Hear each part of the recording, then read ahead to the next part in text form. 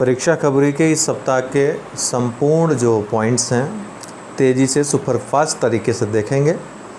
कल आपको पूरे मंथ का वीडियो मिल जाएगा, ठीक है। चलिए, एकेडमिक क्रेडिट बैंक ABC केंद्र सरकार द्वारा शीघ्र ही राष्ट्रीय शिक्षा नीति 2020 के तहत प्रस्तावित अकादमिक क्रेडिट बैंक शुरू किया जाएगा। इसमें रिकॉर्ड्स रखे जाएंगे आपके।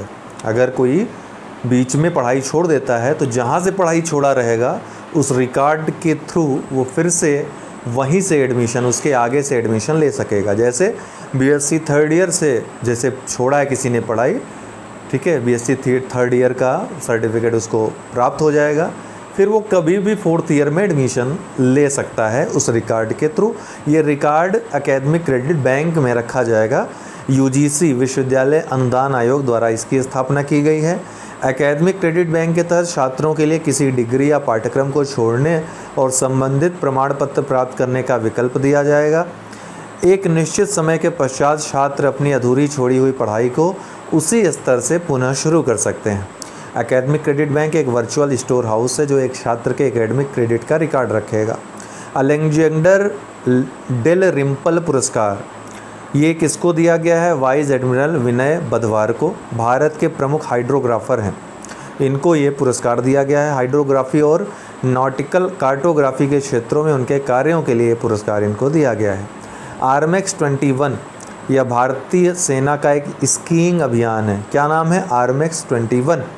भारतीय सेना, आर्मी से याद रखिएगा, आर्म से आर्मी, एक्स से एक्सरसाइज, 21 मतलब 2021 में हुआ है। भारतीय सेना का एक स्कीइंग अभियान है। आर्मेक्स 21 का आयोजन देश व भारतीय सेना में साहसिक गतिविधियों को बढ़ावा देने के लिए हिमालयी क्षेत्र की पर्वत श्रृंखलाओं में किया गया था। इस अभियान को 10 मार्च को लद्दाख के काराकोरम दर्रे पर रवाना किया गया था और 6 जुलाई को उत्तराखंड के मलारी में यह समाप्त हुआ। तेलंगाना का रुद्रेश्वर मंदिर बना भारत का 39वां विश्व धरोहर स्थल। ये रुद्रेश्वर मंदिर, या जिसको रामप्पा मंदिर भी कहते हैं, ठीक है, या फिर काकतीय रुद्रेश्वर मंदिर भी, क्योंकि काकतीय वंश के शासक रुद्र प्रताप ने इसका निर्माण करवाया था, रुद्रदेव ने निर्माण करवाया था, इसलिए इस शिव मंदिर को रुद्रेश्वर मंदिर भी कहा जाता है।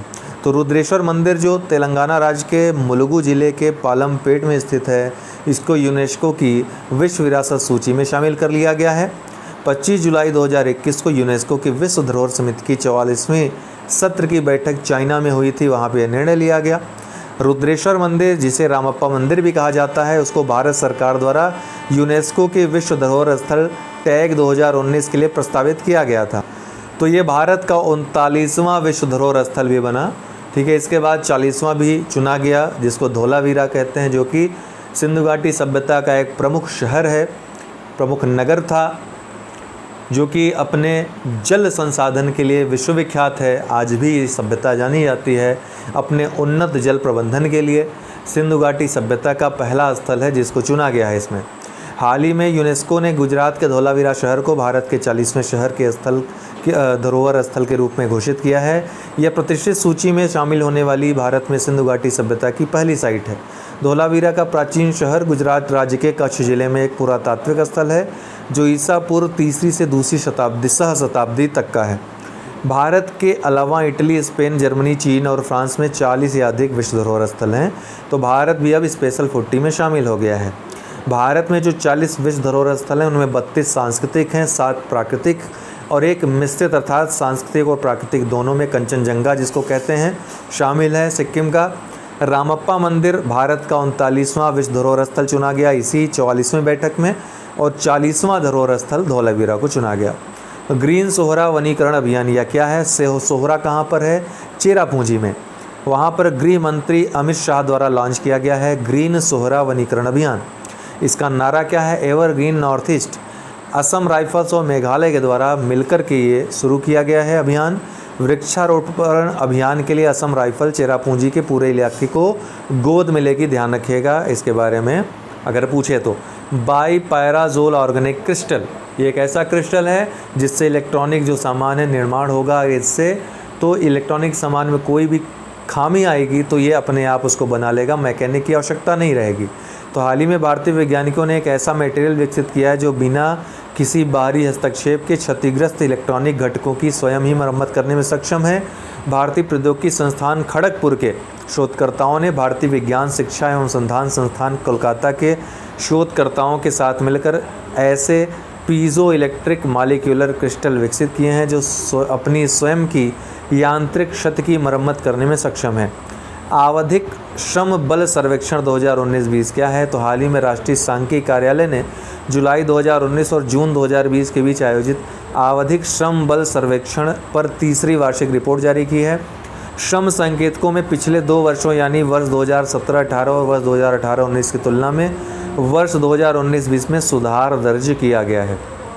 बेरोजगारी दर की बात करें तो वित्तीय वर्ष 2019-20 में बेरोजगारी दर गिरकर 4.8% तक पहुंच गई है, जबकि वर्ष 2018-19 में यह 5.8% थी और वर्ष 2017-18 में 6.1% पे थी।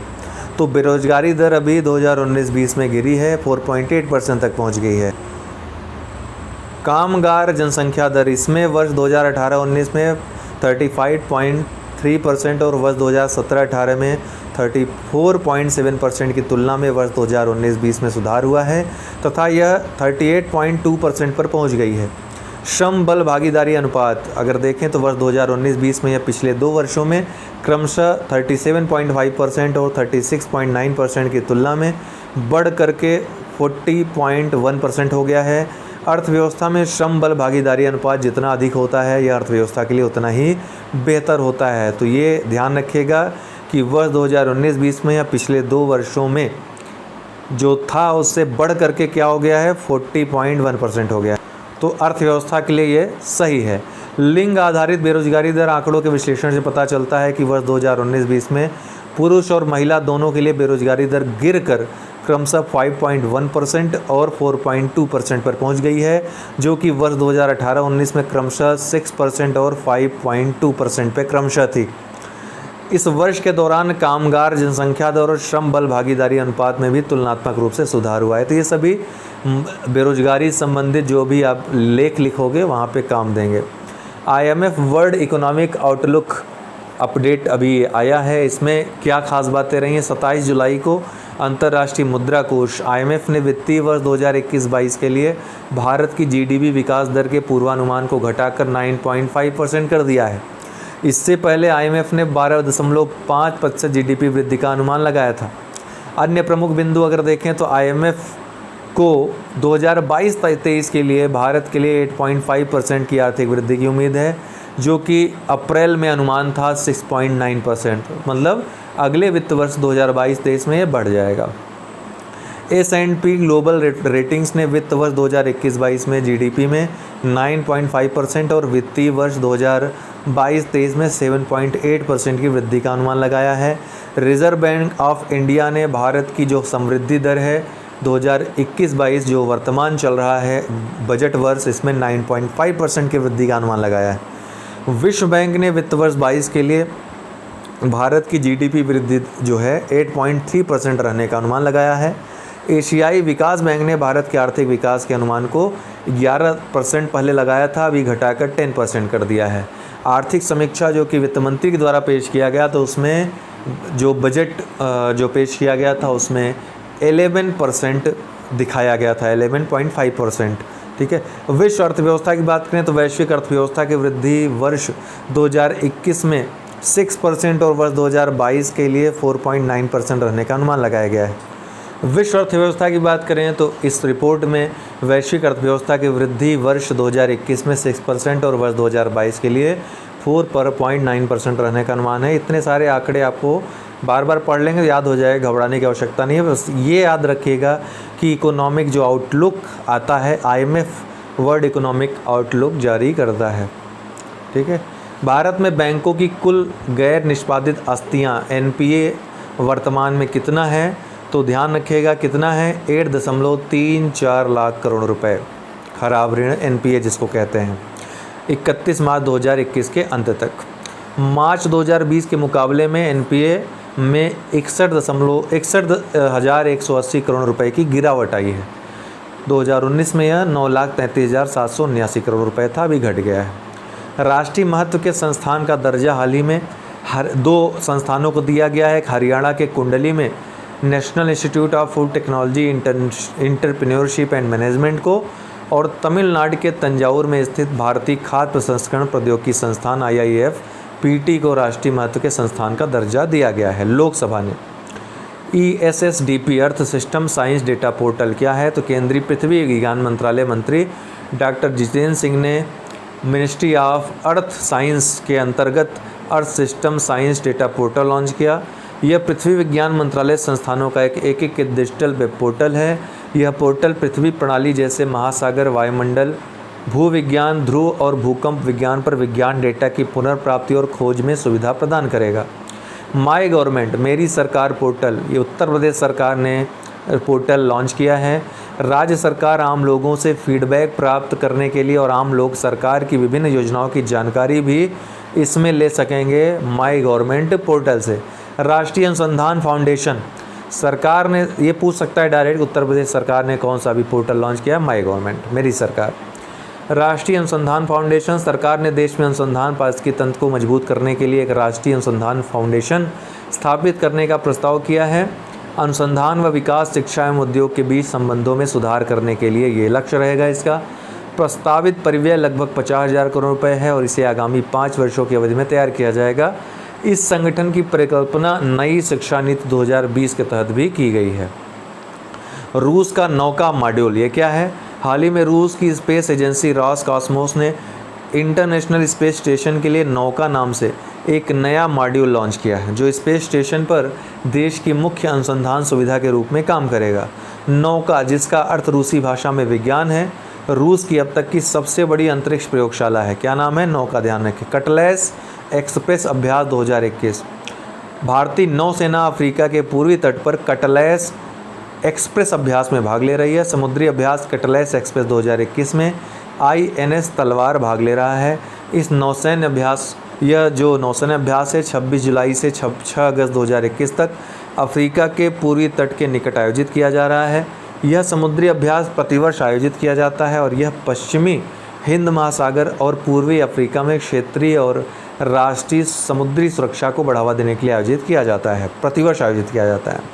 भारत के विदेशी मुद्रा भंडार का प्रमुख घटक कौन है? पूछ सकता है, इस तरह के प्रश्न बहुत पूछता है। तो विदेशी मुद्रा संपत्ति, RBI जिसको FCA कहते हैं, विदेशी मुद्रा संपत्ति।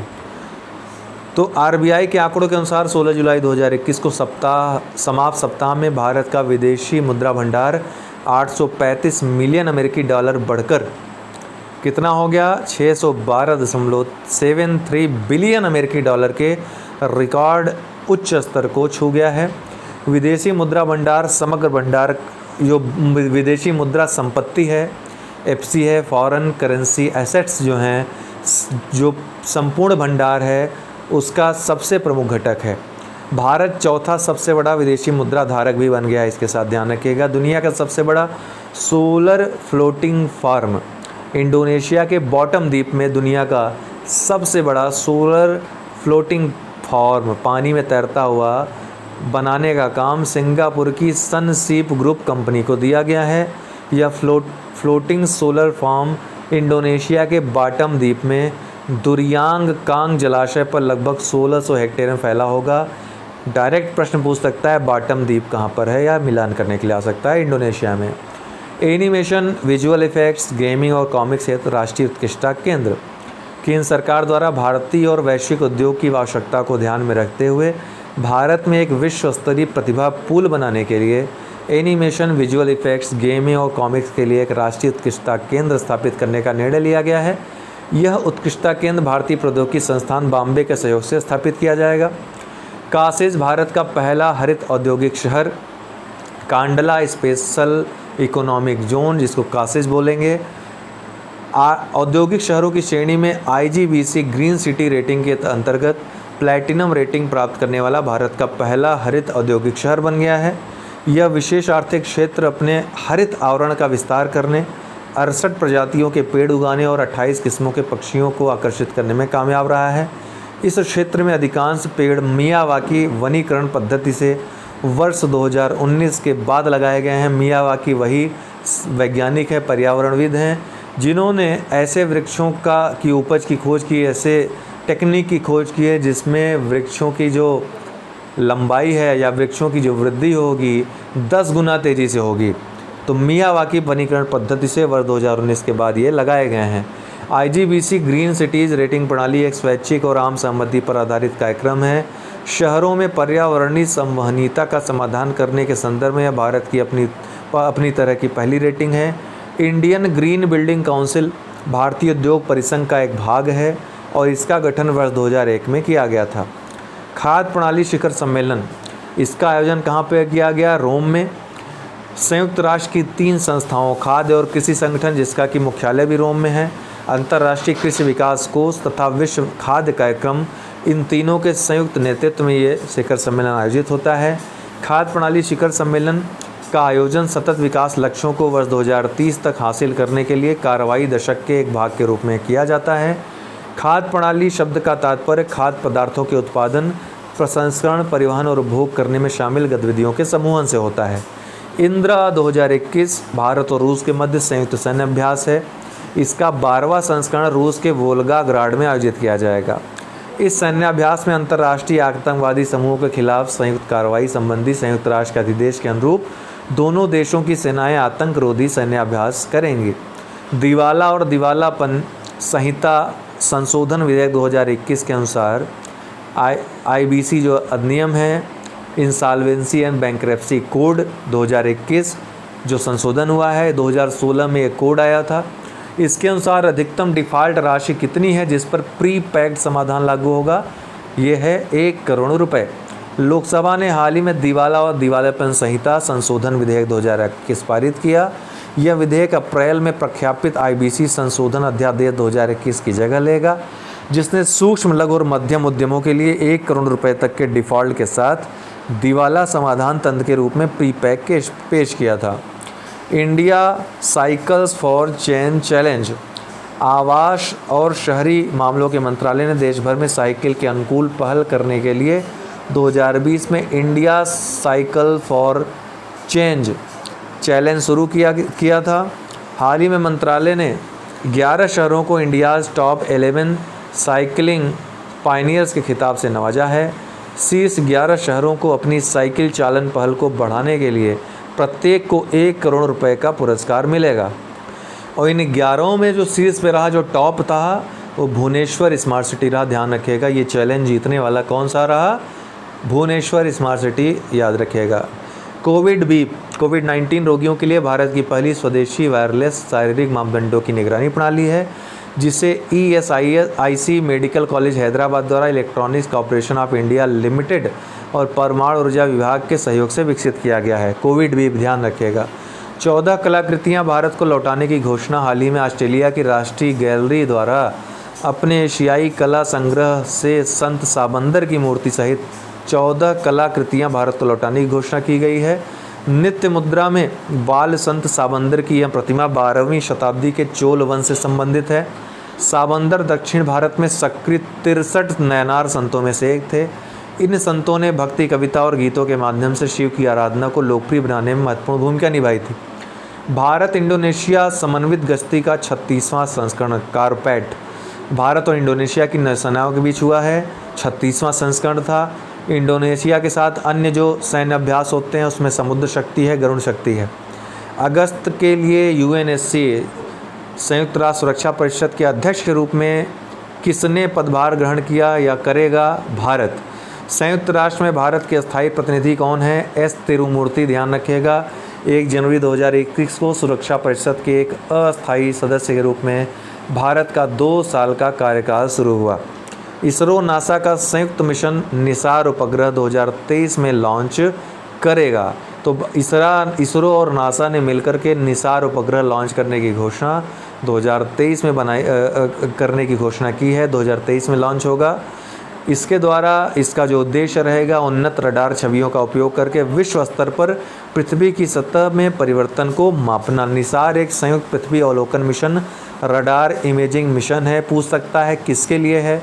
चांद, मंगल, बृहस्पति सब दे देगा, लेकिन ध्यान रखिएगा पृथ्वी अवलोकन मिशन है, अर्थ ऑब्जर्वेशन मिशन है। जिसका उपयोग ध्रुवीय क्रायोस्फीयर और हिंद महासागर क्षेत्र सहित पूरी पृथ्वी के वैश्विक अवलोकन के लिए किया जाएगा।